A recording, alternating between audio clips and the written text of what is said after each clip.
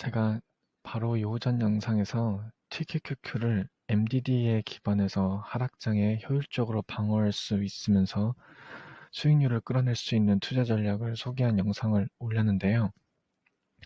사실 그 방법은 다양하게 응용이 가능한 방법이에요. 그래서 그 응용을 좀 더 쉽게 시청하신 분들이 하실 수 있도록 TQQQ MDD의 역사를 한번 살펴보도록 하겠습니다. 자, 이 영상이 바로 제가 MDD를 견디기 위한 투자 전략으로 올려드린 영상이고요. 이 영상을 안 보신 분들은 바로 전 영상이니까 그걸 보시고 이번 영상을 보시면 이해가 되실 것 같습니다. 자, 일단 응용 방법부터 간단히 얘기를 하고 그 다음에 MDD의 역사를 살펴볼게요. 제가 소개한 방법은 더 안정적으로 운영하고자 하면은 현금 풀로 커버할 수 있는 MDD 범위를 넓히면 되고요. 예를 들어서 제가 소개한 버전에서는 풀로 마이너스 30% MDD까지 커버할 수 있거든요. 근데 이거를 풀만으로 마이너스 50%까지 매수 가능하도록 매수 퍼센티지를 배분하면은 더 안정적으로 운영하실 수 있고 좀 더 공격적으로 수익률을 극대화하고자 하시면 풀로 커버할 수 있는 MDD를 좁히시면 됩니다. 그래서 반대로 MDD 마이너스 20%에서 풀이 모두 소진되도록 매수 퍼센티지를 배분하시면 돼요. 이 매수 퍼센티지의 분포는 이것 또한 응용이 가능한데 저 같은 경우는 MDD가 밑으로 내려가면 내려갈수록 매수 퍼센티지도 커지게 놨어요. 이게 제 방식이고요. 이거를 어떤 분들은 그냥 MDD에 상관없이 일정하게 나누실 수도 있습니다. 또는 지금 제가 소개하는 것처럼 MDD의 역사를 보시고 가장 빈번한 MDD에 가장 큰 비중의 매수 퍼센티지를 배치하는 것도 좋은 방법이 될 수 있습니다. 자, 이 화면은 제가 투자 전략 소개할 때 삽입했던 그래프인데요. TQQ 상장 이후의 MDD입니다. 사실 이 MDD만을 바탕으로 일단 전략을 소개해 드렸는데 보시면은 역사가 10년으로 TQQQ는 아직 역사가 짧습니다. 그래서 제가 QQQQ의 가격을 기반으로 가상의 TQQQ 가격 변동을 엑셀로 계산해서 그래프를 그려봤어요. 자, QQQQ와 그래프를 비교해 보시면 TQQQ의 그래프는 굉장히 괴랄한 모습을 보이고 있습니다. 바로 요 거대한 산 때문인데요. 자, QQQQ 입장에서 보면은 동상 같아 보이지만 이 3배짜리 레버리지 TQQQ의 그래프에서는 거의 이거는 뭐 오를 수 없는 거의 피레침 같은 모양을 하고 있어요. 요 닷컴 버블, 이게 바로 닷컴 버블 시기였는데 닷컴 버블 때문에 TQQQ는 아직도 전 고점을 회복하지 못하고 있습니다. 그래서 이 QQQQ 상장 전체 기간을 포함해서 TQ의 MDD 그래프를 그려보면은 역시나 이렇게 괴랄한 모습이 나와요.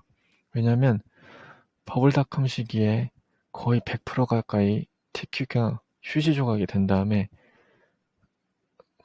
아직도 MDD 마이너스 60 좀 넘죠. 60 좀 안 되죠. 아직도 전고점을 회복하지 못한 게 MDD 그래프에서 그대로 보여주고 있습니다.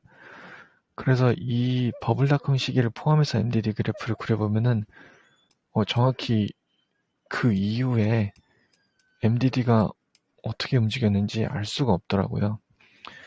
그래서 이번 영상에서는 일단 닷컴 버블 시기를 제외를 했습니다. 닷컴 버블 시기 MDD를 볼게요. 다시 한번 이걸 확대시켜 보면은 보시면 100% 가까이 빠지고 전혀 회복이 안 되는 모습이죠. 이 2003년 1월 정도가 바람이 쭉 거품이 쭉 빠지면서 최저점을 찍은 날입니다. 이때가 TQQQ의 MDD예요. 진정한 MDD죠. 99.7 몇 프로였던 것 같아요. 그래서 그 이후에 MDD 그래프를 잘라내고 따로 보면은 좀 더 현실적인 TQQQ MDD 역사를 볼 수 있습니다. 역시 가운데 이 커다란 골간이 눈에 먼저 띄지만요. 일단 하나하나 살펴보면은 기준을 한 20%, 30%, 40%, 50%, 60%, 70%, 80%이 정도로 분류를 하시고 살펴보시면 될 것 같아요. 이 마이너스 20%는 아까 그래프에서 총 19번 있었고요. 마이너스 30%는 총 10번, 마이너스 40%는 총 6번, 50%는 3번, 60% 2번, 70% 2번, 80% 1번, 90% 1번 있었습니다. 자, 마이너스 40% 이상 되는 시기. 마이너스 40% 이상 되는 시기는 어떤 시기였냐면 일단 요 리만 브라더스 사태 포함하고요. 코로나 당연히 포함되고요. 그 외에 약간 굵직굵직했던 국제정세 불안정한 시기 그런 거였어요. 뭐 유가 파동이라든지 그런 시기에 올 때 심심찮게 TQQQ는 마이너스 40%까지는 빠질 수 있다는 걸 보여주고요. 30%는 메이저 이벤트가 아닌 상황에도 심심찮게 또 MDD가 마이너스 30%까지 가는 모습을 볼 수 있습니다. 보시면 마이너스 30%는 총 10번 있었어요. 제가 이거를 보시면은 제가 처음에 전략을 소개해 드릴 때 왜 마이너스 30%까지 풀로 커버 가능하게 해놓은지 아실 거예요. 마이너스 40%는 정말 웬만한 메이저 이벤트 아니고서는 자주 일어나지 않습니다. 20년 동안 6번 있었으니까요. 그렇기 때문에 이 시기가 오면 적극적으로 추가 투입금을 동원해서 투자를 하시는 걸 권장하고요. 왜냐면은 굉장히 자주 오지 않는 시기니까 만약에 여기까지 풀로 커버하게 설계를 해놓으시면은 좀 놀고 있는 시대가 아까울 수도 있어요. 그래서 제 생각에는 적어도 마이너스 30%까지는 풀로 커버하는 게 맞는 것 같고요. 그 이유는 좀 유연성 있게 대처를 하시면 좋을 것 같습니다. 그래서 일단 마무리를 할 건데 만약에 20년을 이 TQQQ에 투자를 해야 된다고 치면 제가 설계한 방법대로 하시면은 풀로 커버한 MDD 범위까지는 손실 없이 탈출하실 수가 있으세요. 따라서 이 풀로 커버 가능한 MDD 범위 조절을 통해서 안정성과 공격성을 조절하시면 될 것 같습니다. 다만 주의하셔야 될 게 이 underwater period, 이 underwater period는 뭐냐면 전고점 회복까지 걸리는 시간이죠. 다시 그래프로 돌아가시면 리만 브라더스 같은 경우는 골짜기로 들어갔다가 나오는 요 시간 거의 5년이 걸렸는데 이게 바로 리만 브라더스 때 MDD의 언더워터 피리어드가 되는 겁니다. 보시면 이게 얼마나 길지 알 수 없으므로 후반으로 갈수록 안정적으로 설계를 하는 게 중요할 것 같아요.